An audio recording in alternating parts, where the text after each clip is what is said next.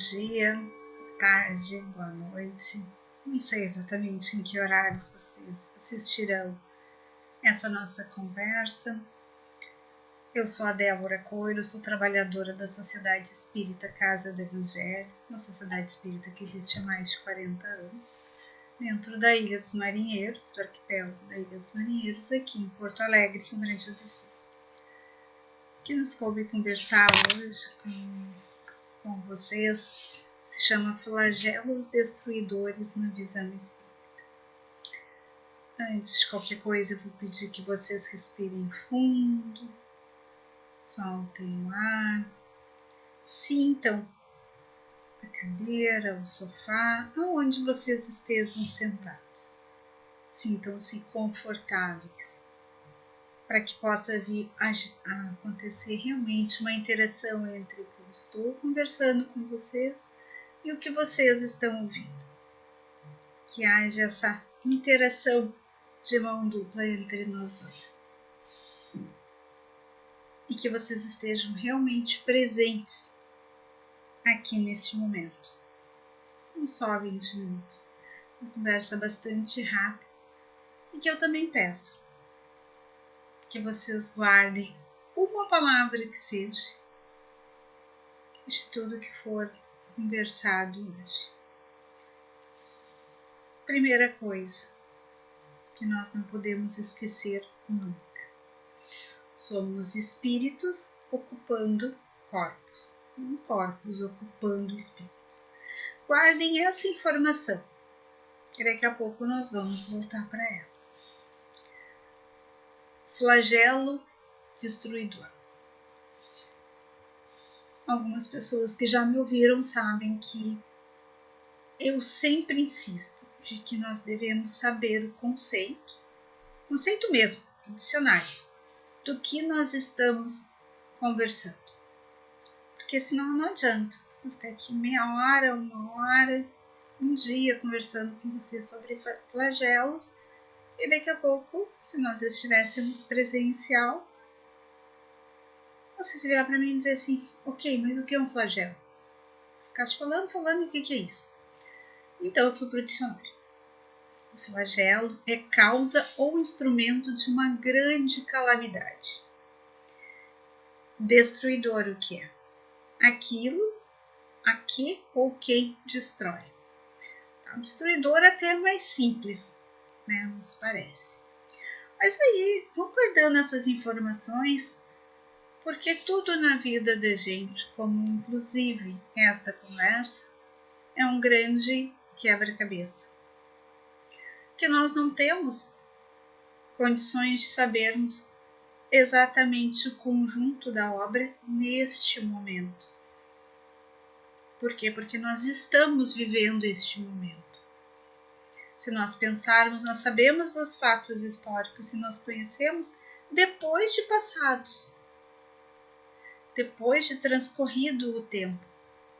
Enquanto eu estou vivendo a história, enquanto eu estou vivendo aquele momento, eu não tenho condições de entender totalmente, de uma forma abrangente.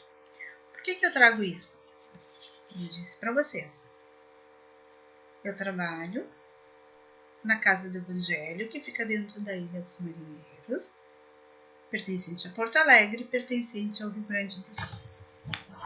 Recentemente, aqui em maio, junho e julho, nós tivemos um grande flagelo. Podemos dizer que foram as enchentes.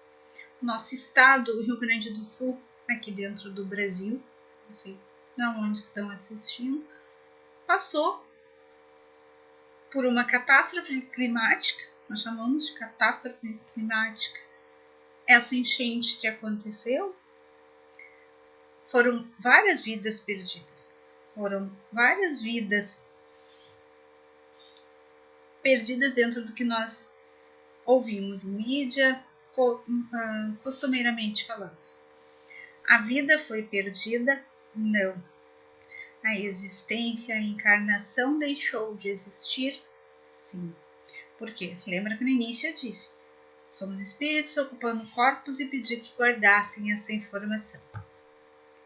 Eu tenho uma vida enquanto espírito, várias existências, várias encarnações. Então, esta encarnação, estar na carne, estar aqui, com este corpo físico, deixa de existir, deixa de acontecer. Eu passo a viver no mundo espiritual, que nós chamamos de nossa verdadeira casa. Por quê? Porque somos espíritos. Por que eu gosto de trazer essas informações? Muitas vezes existe uma ideia errada de que, dentro do espiritismo, as pessoas que seguem a doutrina espírita, codificada por Kardec, não criada por Kardec. Kardec só juntou as respostas que os espíritos deram, e vários espíritos de vários locais, juntou de uma forma codificada, organizada, por perguntas e respostas. Isso que eu estou falando sobre flagelos destruidores não é um achismo da Débora. Como diz um conhecido, o achismo é uma ciência não exata, né? Nós sempre achamos alguma coisa. Não é da minha cabeça, não é do meu cérebro brilhante, como eu brinco, mas é do Livro dos Espíritos, codificado por Allan Kardec. Aqui diz, Livro dos Espíritos, Allan Kardec. Ele codificou, ele não criou, não é da cabeça do Allan Kardec. E aí nós temos lá no capítulo 6, chamada Lei de Destruição, que vai do item 728 ao 765. Deixa eu conferir. Ao 765. Aqui está todo esses itens que eu disse é longo e vale muito a leitura, falando sobre a lei de destruição. Dentro da lei de destruição, no 737, da pergunta 737 à pergunta 741, são sobre os flagelos destruidores. Então, existe toda uma explicação científica da visão espírita, sim, sobre isso. Volto a dizer, vale muito a pena a leitura. Perguntas e respostas são longas para que eu lesse e ficaria enfadonho todas elas aqui. E não é essa a intenção. A minha intenção é apenas de criar a curiosidade em vocês sobre o tema, para que vocês procurem ler e criar, inclusive, o seu entendimento. Não é o entendimento da Débora que tem que prevalecer. A Débora disse, a Débora estuda, vocês sabem, quem me conhece sabe que eu procuro ler, eu procuro estar estudando. Então é verdade? Não. A minha ideia é que a partir do que eu estou conversando com vocês, vocês criem a curiosidade, peguem o Livro dos Espíritos, façam a leitura e busquem criar um entendimento de vocês sobre a questão. Algumas que eu separei. 728. A primeira, a destruição é uma lei da natureza? O que foi respondido?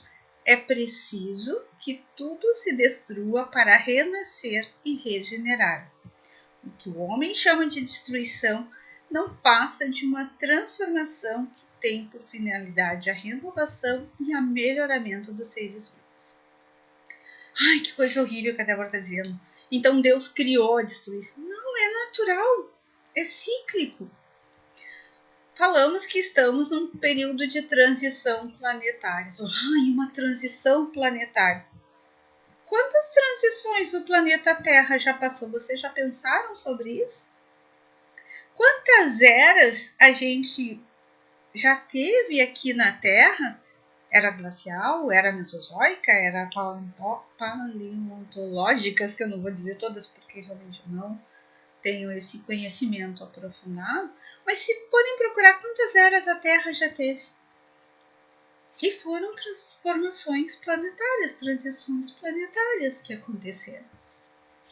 Mas por vezes a gente não se dá por conta Porque aquilo que eu disse antes, nós temos como dimensionar tudo o que nós vivemos. Nós tivemos 2020 a 2022 uma pandemia por causa do Covid. Hoje, 2024, 2 anos passados da pandemia, nós já conseguimos dimensionar tudo o que ocorreu de mudança e de flagelos destruidores, porque houve desencarnes coletivos durante a Covid. Nós ainda não temos essa visão, porque nós ainda estamos vivendo este momento histórico. Daqui um pouco nós vamos conseguir, daqui uns 10, 20 anos, nós vamos conseguir dimensionar o que aconteceu.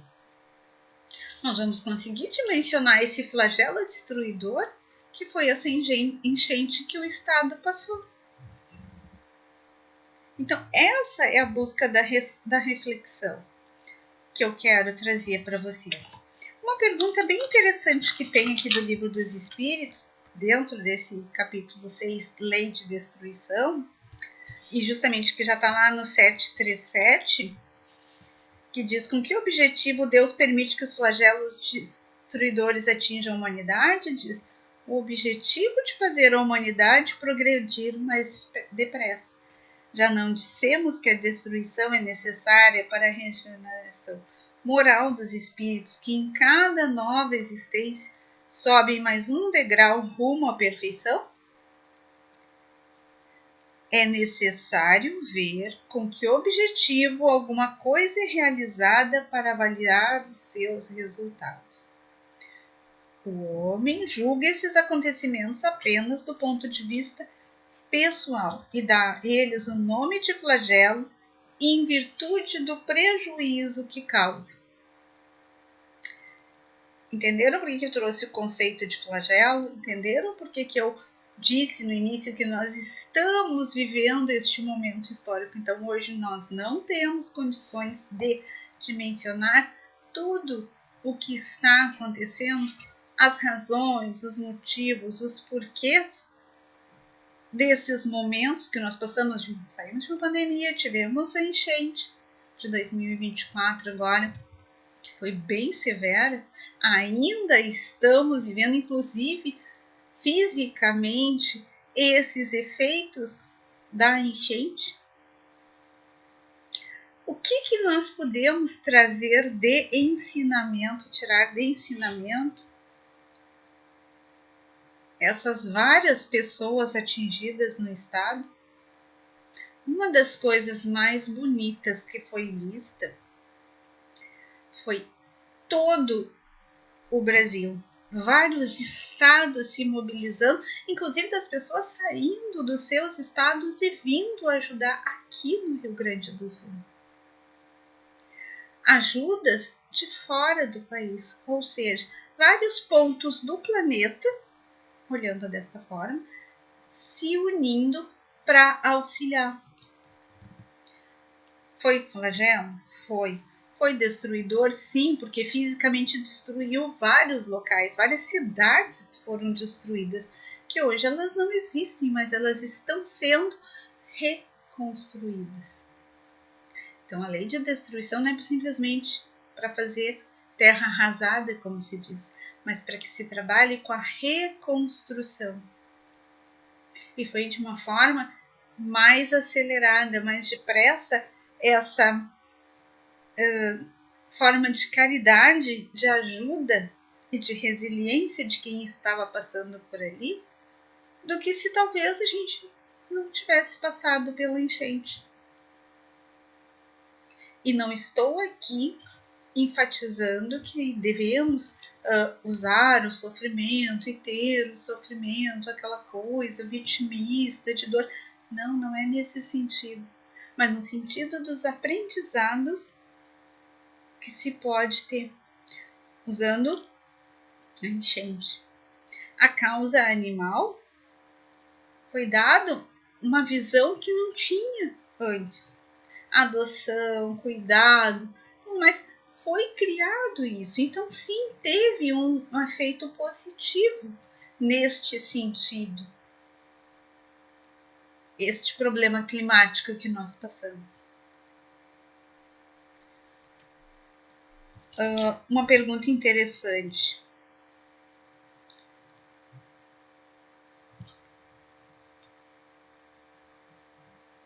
Se a destruição, a 729, se a destruição dos seres é necessária para que aconteça a sua regeneração, por que a natureza cerca com meios de preservação e conservação? Resposta: para evitar que a destruição se dê antes do tempo necessário. Toda destruição antecipada dificulta o desenvolvimento do princípio inteligente. Foi por isso que Deus concedeu a cada ser a necessidade de viver e de se reproduzir. Ou seja, não é antecipar problemas, não é antecipar a destruição, não é antecipar, mas quando vem isso, nós trabalharmos de uma forma positiva essa questão.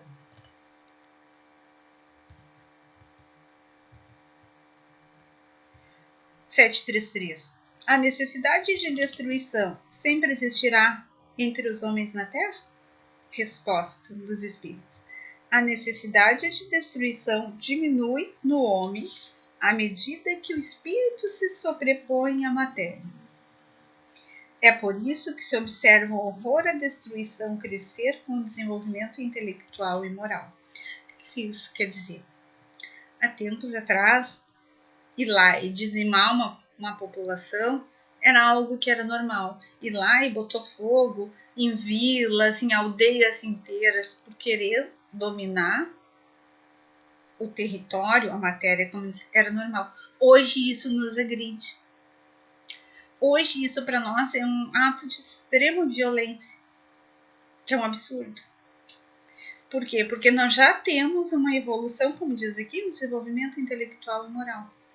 Nós não nos damos por conta desse crescimento que nós já temos. E aí nós vemos o pessoal dizer: a humanidade não tem mais jeito porque 2024 está criando guerras.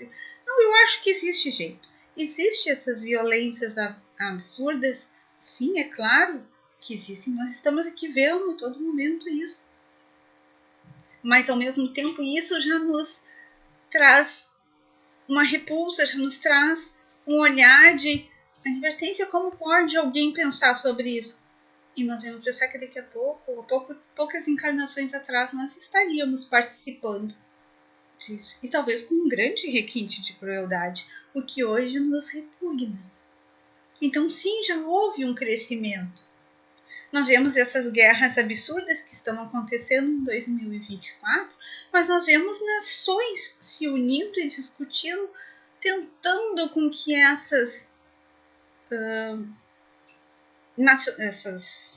esses países que estão envolvidos, aí eu não vou nominar para não criar conflito, que não é nesse sentido, consigam chegar à paz.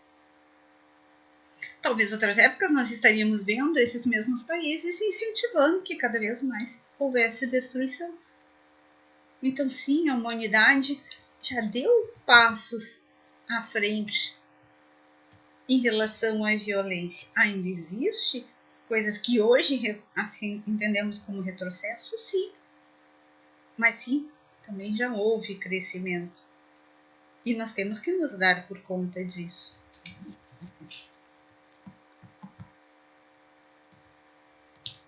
Uma outra pergunta bem interessante que traz aqui.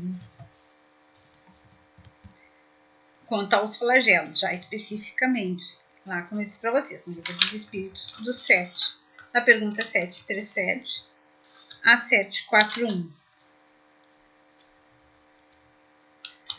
738. Que diz, culpa de Deus, Deus quer. Não, Deus não quer nada de errado para nós. Vamos parar com essa história de Deus quer. Olha o que diz a 738. Deus não poderia empregar outros meios para melhorar a humanidade em vez dos flagelos destruidores? Resposta dos Espíritos. Sim, e ele os emprega todos os dias, uma vez que tem dado a cada um os meios de progredir pelo conhecimento do bem e do mal. Entretanto, olha o que eu vou dizer. Entretanto, é o próprio homem que não se aproveita desses meios para progredir.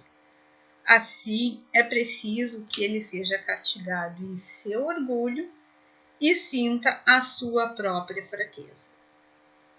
Por escolha própria, não é porque Deus quer. Não é porque Deus não tem o que fazer, que está lá sentado, naquela nuvem, olhando para baixo e decide. Agora eu vou ali criar um probleminha para Débora pensar. Não, ele está incessantemente tentando mostrar para Débora, me colocando como exemplo, que a coisa não está certa, que ela tem que andar para um outro caminho, porque senão vai dar problema. E a Débora insiste naquele caminho, insiste naquela teimosia. Deus para e deixa o livre-arbítrio da Débora. A Débora insiste, vai ali, tropeça e cai. Deus quis que ela se machucasse. Não, Deus não quis nada que eu me machucasse. Eu escolhi. São as nossas escolhas que fazem chegar a esse ponto. Isso nós temos que sempre ter presente. São as nossas escolhas que fazem isso. E antes de encerrar, eu só vou ler um pedacinho de um texto que eu achei na internet que dizia assim: compreendi, falando sobre a destruição, e não conseguia entender a lei de destruição, não conseguia entender os flagelos, essa dor, essa transformação que dizia. E aí ele diz assim: compreendi que aquela semente, ele usa como exemplo uma semente que foi enterrada, de milho, uma semente de milho, inclusive. Somente ao passar por todo o processo de apodrecimento embaixo da terra, teria força e determinação para atravessar toda a terra que foi colocada sobre ela, compactada pela ação da água e do tempo, ainda que com toda dificuldade já não estaria mais sozinha. Traria seu rebento já transformado em uma outra planta para ver a luz e assim iniciar o seu novo processo. A semente de milho não perdeu sua essência, apenas deixou a antiga casca que a envolvia e se transformou em um pé de milho que daria muitas espigas. E assim todo o processo recomeçaria. E é assim que acontece conosco. Nós passamos por esse processo, digamos, de apodrecimento, como ele diz, embaixo da terra. Quando eu me revolto, quando eu deixo a raiva tomar conta de mim, eu deixo o orgulho, o egoísmo tomar conta de mim. E isso vai ter que fazer eu mudar, eu crescer, eu ter a força e a determinação para atravessar toda essa terra que foi colocada sobre ela, compactada pela ação da água e do tempo. Toda essa casca do milho, essa casca que eu me envolvo, que eu escolho me envolver, porque são os meus sentimentos, eu que escolhi o que viver, para eu passar por isso, para que eu tenha um crescimento intelectual e moral.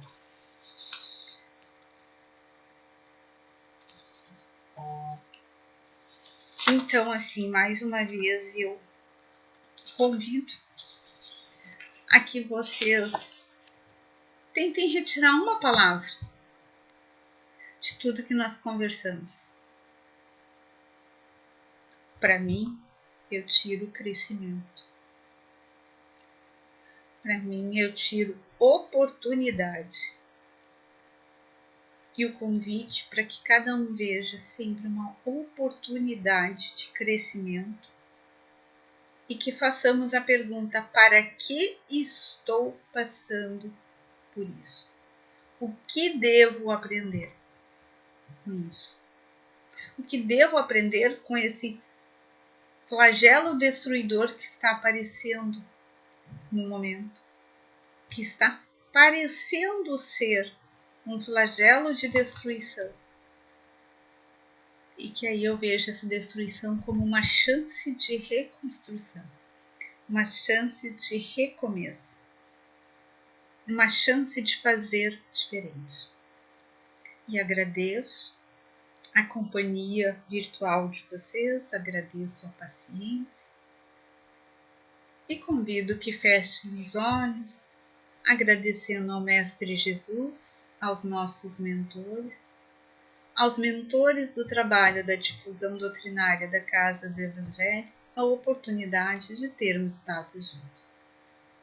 Um grande beijo no coração de cada um e até a próxima.